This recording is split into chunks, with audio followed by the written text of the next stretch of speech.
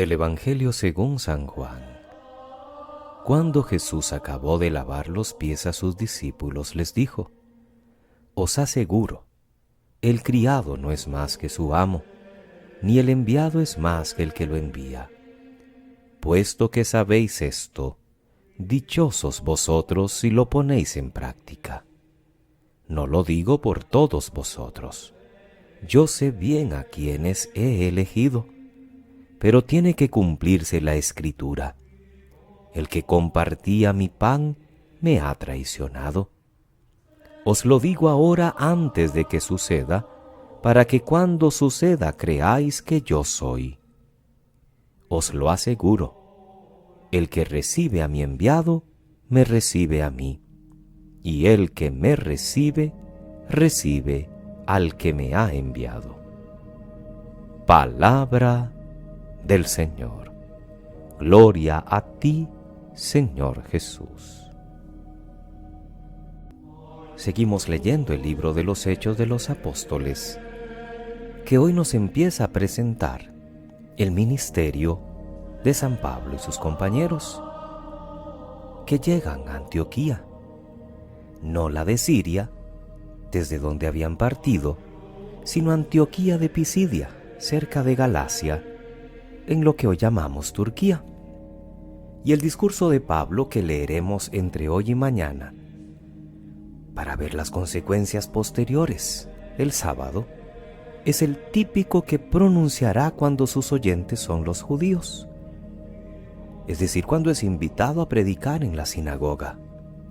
Por eso parte de la historia de Israel en el Antiguo Testamento. Así lo había hecho también Esteban el diácono en su larga catequesis, con un recorrido que va desde la salida de Egipto, la conquista de la tierra prometida, hasta llegar a Jesús de Nazaret, el Mesías enviado por Dios. Cuando Pablo predica, siempre va a anunciar a Jesús como la respuesta plena de Dios a todas las esperanzas humanas.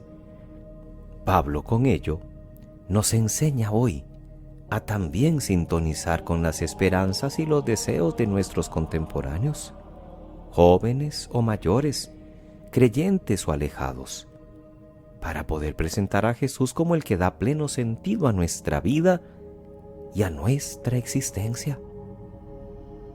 Somos valientes también nosotros como Pablo a la hora de presentar a Jesús como la palabra decisiva, como el Salvador único, como aquel en quien vale la pena creer y en quien vale la pena seguir. Y en el Evangelio que hemos escuchado, capítulo 13 de Juan, desde hoy y hasta el final de la Pascua, vamos a ir leyendo los capítulos que Juan dedica a la última cena de Jesús con sus discípulos. La cena que empieza con un gesto simbólico y elocuente, el lavatorio de los pies, que es la gran lección de la fraternidad y la actitud del servicio para con los demás. Todos los años la leemos el Jueves Santo. Ahora empezamos a leer la consecuencia que Jesús quiere que saquen sus discípulos. El siervo tiene que imitar lo que hace su amo, el discípulo lo que aprendió del maestro. Ellos le han visto lavar los pies uno a uno, y es lo mismo que cada uno de ellos y también nosotros debe hacer. Pero además empieza a anunciar como uno de ellos, Judas, le va a traicionar. Y repite la idea de que así como el Padre le ha enviado a él les envía también a ellos a este mundo. El que recibe a los enviados de Cristo le recibe a él, y por tanto recibe al Padre que es el que ha enviado. Esta afirmación de la identidad de Jesús se repite también aquí hoy, para que creáis que yo soy. Es fácil admirar el gesto del lavatorio de los pies hecho por Jesús y reflexionar sobre cómo ha entendido él la autoridad. No he venido a ser servido, sino a servir. Pero lo que nos pide la palabra de Dios no son afirmaciones lógicas y bonitas, sino el seguimiento, la imitación de sus actitudes. Y en este caso la imitación en nuestra vida de cada día de su actitud de servidor de los demás.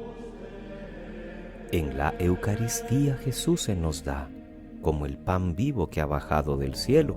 Ya lo meditábamos la semana anterior.